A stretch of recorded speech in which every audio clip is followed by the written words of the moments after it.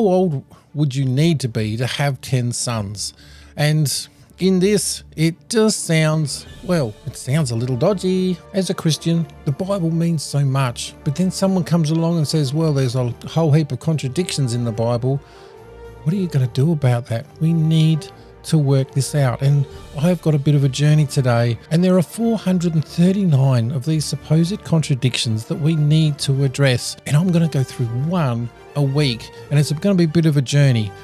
My name's Craig, and this is Morning Star Quest, where we are delving into the Bible one question at a time. And I've got to say, this is such an interesting one, because this week we have we've got such an interesting question that we want to just get through, and it is, how old was Benjamin when his clan migrated to Egypt? We've got Genesis 44:20, 44:22, as opposed to, and contradictory to, Genesis 46:8 and 21. This is really interesting. You've set up a really intriguing question, and it's definitely going to keep everyone curious. So, all right, we just need to give a bit of background here, because this is, can you just give us a short one-paragraph sentence just to give a bit of background of this, Cosmo? So Benjamin comes from a line that starts with Abraham, who had a son named Isaac, and Isaac had Jacob. Jacob, also known as Israel, is Benjamin's father, making Benjamin one of the 12 tribes of Israel. Now, the big question here is, how old would you need to be to have 10 sons? And in this, it just sounds, it sounds a little dodgy. It definitely does raise some eyebrows. It's one of those intriguing questions that makes you want to dig deeper and see what's really going on in the text. All right, so in Genesis 44 here, we have Judah who is talking to Joseph, who is now, in Joseph being one of the brothers, but they sold him to Egypt, and he has now become the second in charge of Egypt. There's been a lot of drought, and the family has come to Egypt, but Joseph has kind of got this little bit of a, what would you call it, a bit of a trap. Exactly. Joseph sets up this test or trap for his brothers to see how they've changed over the years and how they treat Benjamin, which really adds a lot of intrigue to the story. All right, so when we come to this story, Judah is pleading with Joseph. Joseph hasn't told them who he is yet, so they just think they're just talking to someone in Egypt. We have an aged father, and there is a young son born to him in his old age. His brother is dead, and he is the only one of his mother's sons left, and his father loves him. Then they said to your servants, bring him down to me so I can see him for myself, like Benjamin. And he said to my lord, the boy, Benjamin, cannot leave his father. If he leaves him, his father will die. Now it feels like, young son, the boy, this sounds like he's 10 years old. It really does give that impression, doesn't it? The language makes Benjamin sound quite young, which is why it's such an interesting point to explore. Well, let's now have a look at the flip side. So this is the other side of the contradiction. Genesis 46:8. These are the names of the sons of Israel, Jacob and his descendants who went to Egypt. There was Reuben, the firstborn of Jacob, and then it goes on about all the different other brothers. And then eventually it gets to Benjamin, who should actually be standing in the room. We have Genesis 46:21, the sons of Benjamin. Now we've got 10 sons here: Bela, Becher, Ashbel, Jurah, Naaman. I'm not even going to keep pronouncing those, but there's 10 there. There's a lot of kids for a 10-year-old. Definitely is. That contrast really makes you pause and wonder how to reconcile these details. And it's what makes exploring these passages so fascinating.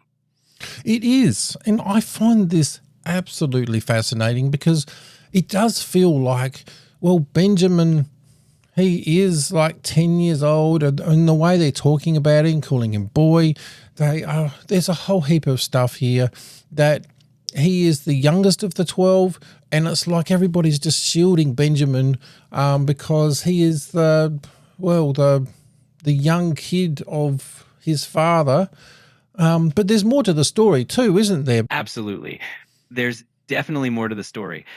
Benjamin was the son of Jacob's beloved wife, Rachel, which adds another layer of tenderness and protection from the family. It really does make the dynamics even more fascinating.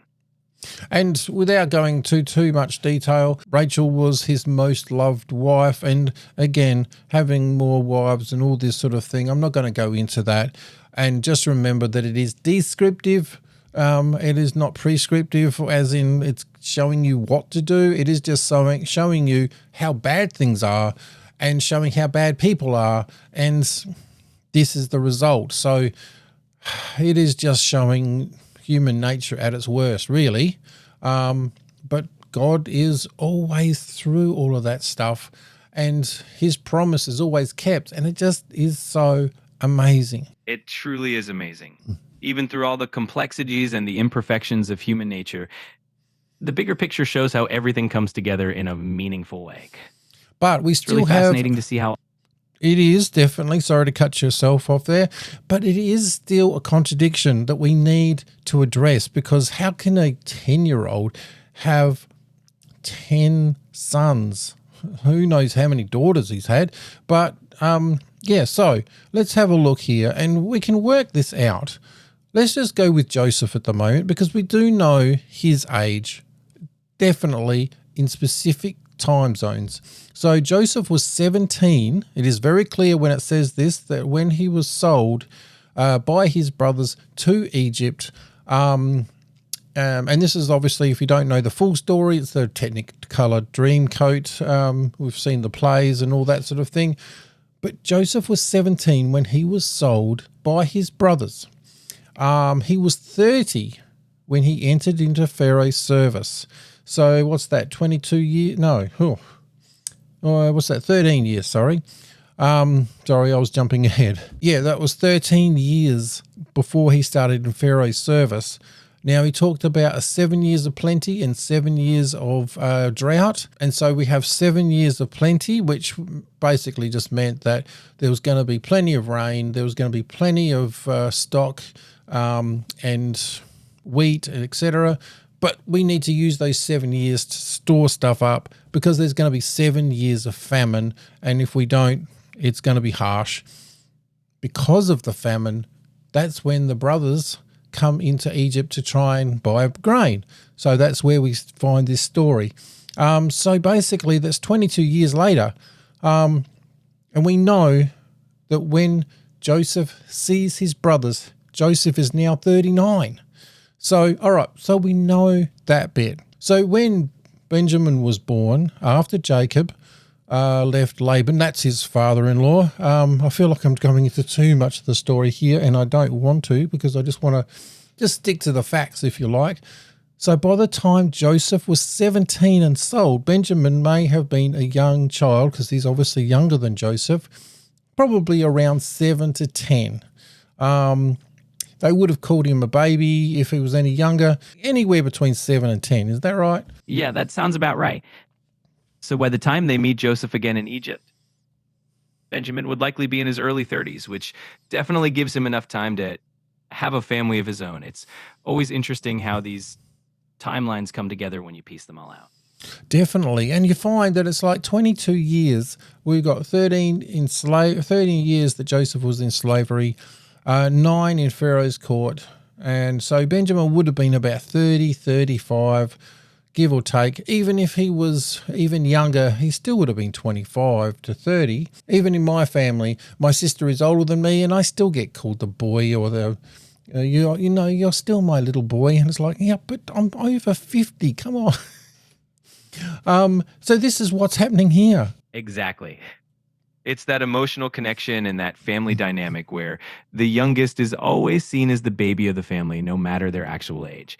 It really helps explain why Benjamin is still described in those tender terms. Is this a contradiction? No. You can see it. You can work it out in the text. And I know when I have read this, I have assumed that he was probably 10, 13, maybe 15 when he is presented before Joseph reveals who he really is. But Joseph is 39 at this point. He has to be 39. There's no way out of that.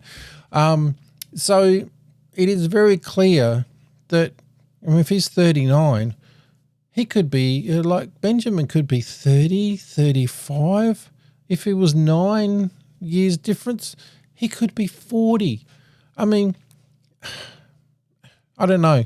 At 30 or 40, like it's quite possible that he had 10 sons. And it's just a term of endearment because, and this is the point, it is trying to say how much Isaac, his father, just loves Benjamin so much that it would break his heart. If it was any one of the other 12, sorry to say, guys, but he'd be sad, but it would break his heart. Absolutely. It really highlights that special bond and the deep emotional connection Jacob had with Benjamin, especially after believing he had lost Joseph. It all makes the story that much more touching and meaningful in the end. Sometimes people get stuck in all the little details, but when you put it all together and you actually do the math, it just works and it's fine.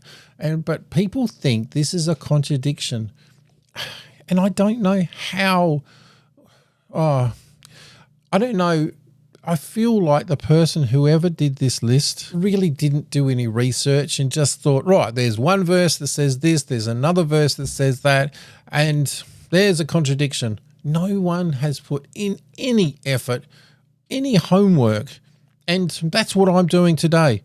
I am doing their homework and showing you that even if this was a contradiction, and it's not, would that really change anything? Because the story of the Bible is about Jesus, and there's a thread of Jesus throughout the Old Testament, and then he appears in the New Testament for us to die on the cross, more importantly, to resurrection, to die and to conquer death. That is so more amazing. And if this was a contradiction, I'd still believe it because I know God is real. I know he is true. And don't get me on my humble horse tonight because I'll get off my soapbox now. All right. I just enjoy going through this list because it is more of a Bible study, and people say, oh, you shouldn't believe all these contradictions. It's a Bible study, and I find out they're not, and it's, click on one of those because it's going to be more amazing. And I've got so many more to do of these because there's 439 of these contradictions, supposed contradictions, that we're going to go through and find out way more about God, way more about his story of Jesus. Go do something awesome for God, and I'll catch you in the next one.